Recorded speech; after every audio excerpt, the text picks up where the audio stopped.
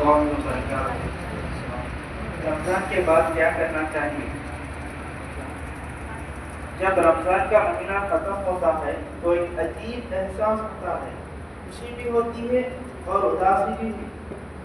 خوشی اس بات کی ہے ہم عبادت اور روزے پورے کیے، اور اداسی اس بات کی ہے کہ مبارک مہینہ اب جا رہا ہے۔ لیکن اصل بات یہ ہے رمضان صرف ایک مہینے کی عبادت نہیں بلکہ پوری زندگی سدھارنے کا ایک موقع ہے۔ رمضان کے بعد ہمیں اپنی زندگی میں لانی چاہیے، کیا لانی چاہیے؟ وہ ضروری باتیں ہیں۔ ایک، عبادت کا سلسلہ جاری رکھنا چاہیے، پہلا۔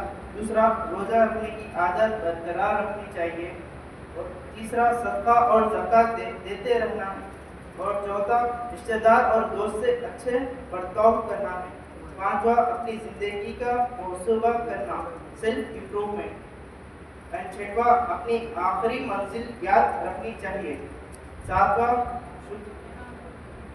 شکر گزاری اور سب کو اپنی زندگی کا حصہ بنا لے۔ پہلا، عبادت کا سلسلہ جاری رکھنا چاہیے۔ 5 وقت کی نماز کو وقت پر ادا کرنا ضروری ہے، کیونکہ یہ ہماری زندگی کا سب سے اہم حصہ ہے۔ دوسرا، قرآن کی تلاوت کا سلسلہ رکنا نہیں چاہیے، چاہے صرف تھوڑا ہی پڑھنا کیوں نہ ہو، صرف 1 پیج بھی پڑھ سکتے ہیں آپ ایک دن میں۔ ایسا کرنے سے آپ کی تلاوت بھی اچھی ہو جاتی ہے، آپ کی زندگی میں خوشیاں بھی آتی ہے، آپ کو امپروومنٹ بھی ہوتی ہے کہ کیا ہے کیا نہیں، قرآن میں کیسے باتیں ہیں، اور اپن تجوید اور ٹرانسلیشن کے ساتھ پڑھنا چاہیے۔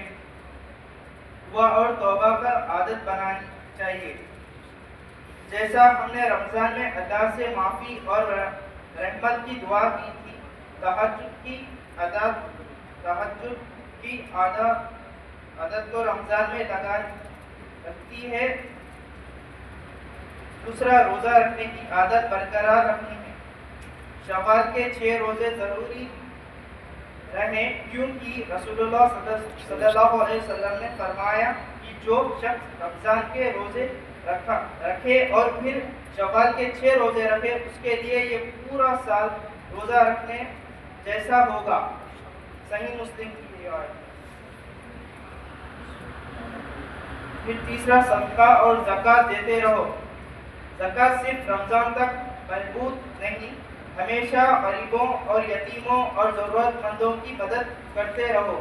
صدقہ اور مغفرت کا سلسلہ جاری رکھو، چاہے تھوڑا ہی کیوں نہ ہو۔ انسان سے اچھا رویے سے ملو، جیسے رمضان میں غصہ اور غلط باتوں سے بچتے تھے۔ اور چوتھا، رشتہ دار اور دوست سے اچھے برتاؤ۔ رمضان میں گھر والوں کے ساتھ وقت گزارنے کا ایک اچھا موقع ملا تھا، اس کو عید کے بعد بھی جاری رکھنا چاہیے۔ رشتہ دار اور دوست جو ہمیشہ دور ہو گئے ہیں، اسے رشتہ جوڑنا چاہیے۔ اور پانچواں، اپنی زندگی کا محاسبہ کرنا، سیلف امپروومنٹ۔ سوچئے کہ رمضان نے ہمیں کیا سکھایا، کیا ہم واقعی بہتر انسان بنے ہیں؟ اپنی برائی سے لڑنا ضروری ہے، جاری رکھیے، جیسا غیبت، جھوٹ، غصہ اور انجانے میں ہونے والی غلطیاں، جیسا نئے